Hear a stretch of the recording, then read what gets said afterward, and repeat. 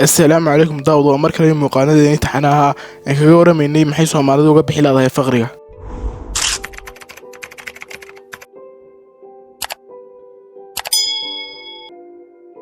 sababta koobiyoonaad ee kantiin bulshada faqriga ka buuxiyay waa waxaan badankeena isku haysanaa inaan wax walba garanayno oo diyaar u meenina aqoon kala korsano waa caadi dhaqan aad u xun inaad ismoodo inaad wax walba taqaanid waxay arintani ka horjoogsanaysaa inaad wax cusub baratid ama aad ogaatid arintani waxay kugu xoraysaa jeel aqoon darro ah oo aad weliga ka bixi doonin qofka aaminsan wax walba yaqaan waxa uu ku jiraa jahli aad u weyn waa qof moodaya inuu wax garanayo laakiin si aan garanayn tusaale ahaan haddii la weydiiyo qofka sida aaminsan tiirarka islaamku waa imisa waxa uu ku jawaabi 4 weliba isagoo indhaha soo cadeynaya kula murmaya nin caraba oo gabiyaha ayaa waxa uu yidhi fa in kunta laa tadri fa hiya musiiba وإن كنت لا تدري أنك لا تدري فتلك مصيبة أعظم وأولى جدو هدي أد وحب جرين ومصيبة لكن هدي أد جرين إن أد وحب جرين تاس أيا كسي درن قفك شهل جفضي وهاي وقفك مركز سؤال أنا وجرين لو دي أراني ما جرين أو أنا ده ساعدين مرك الله تقف فرق آدون أيا وضحية كهر أما وها استنى يقان كدي من تمركز سؤال جرين وايو لكن كان دبوه مر والبهلج نوجرها سوى قنتي سكروا قادي لا محيره وجه إن أنا وجرين سؤاشن دكتور إبراهيم الفقه يا لا قرئين ويري حانش على إنا وح والببرته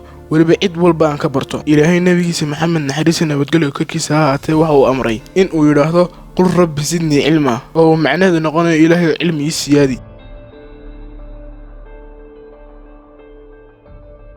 sababta labitoonadan faqriga uga bixlaanay daawade waa inagu asxaab la dad xun badanka bulshada dadka aan xiriirka la sameeyna waa dad fikirkooda hooseeyo oo inagana fikirkeena hoos u ridaya haddii aynu dad fiican oo fikir nagu soo kordhiyeen la saaxiibno bir hore bulshadeena horumar gaar lahayd hore loo yiri shimbirba shimbirkiisu la duulaaye haddii aad shimbirka la duulayso oo noqdo qof xun oo wax horumar sameyn adna ku saameyn nabigeena maxamed naxariis nabadgelyo korkiisa haatay waxa uu yiri almaru ala diin khaliilihi falyanzur ahadukum man yukhalil qofka diintiisu waxay noqotaa sida qofka uu la saaxiib yahay midkiina iska eego qofka uu la saaxiibayo tusaale ahaan haddii aan soo qaadano dhalinyarta balwada isticmaasha haddii aad weydiiso balwada xagaad ka keentay ama iyaa ku baray waxay kugu jawaabayaan saaxiibkay sida uu saaxiibkii u baray balwada ayuu dhaqan kastoo xun u baraya markaa qof kasta cid uu la saaxiibaya ka digtoonaada nabiga naxariis nabadgelyo korkiisa haatay soo kala sheegay saaxiibka fiican iyo saaxiibka xun ayaa waxa uu yiri inma mathalu jalis as-salih wa jalis as-su'i ka hamil al-misk wa nafiq al-kir saaxiibka fiican waa sidii mid la fadhiyay nin cadarka miskiga oo kala iibinaya saaxiibka xumina waa sidii nin la fadhiyay nin qiiqa afuufaya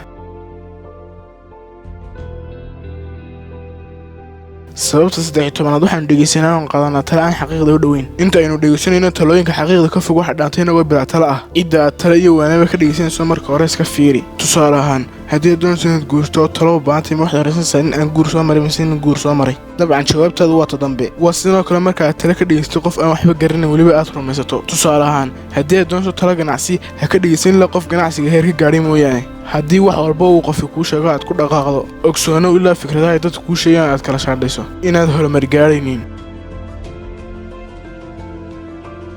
sababta 14aad faqriga nagu sahaysa oo caajiska oo bulshadana lagu ilaameeyay waxa jira dad caajisiin oo bulshadana ku dhex jira ogsoono haddii aad ka mid tahay inaad weligaa horumar gaaraynin maxaa yeelay intaad hamaansi iyo hurdo ku dhex jirto ay qeyrkaa ku dhaafeen hadhowna waxaad ka shaqaynaysaa waqtigeed hurdada kusoo dhammaysay haddaad doonayso inaad shallaytada ka baxdo imika jasta aad joogto indhaha kala qaado wax qabso weliba imika xilligan fasaxeed dadka oo dhan cudurka uu guriga ku xidhay ha hurdinuuna adoo guriga joogo wax ku dhex qabso inaad internetka wax ka barato ama inaad wax akhrisaba ogow daawada in nabi maxamed calayhi salaatu wasalaam uu ilaahay ka magan geli jiray caajisnimada waxaana uu odhan jiray اللهم إني أعوذ بك من الهم والحزن وأعوذ بك من العجز والكسل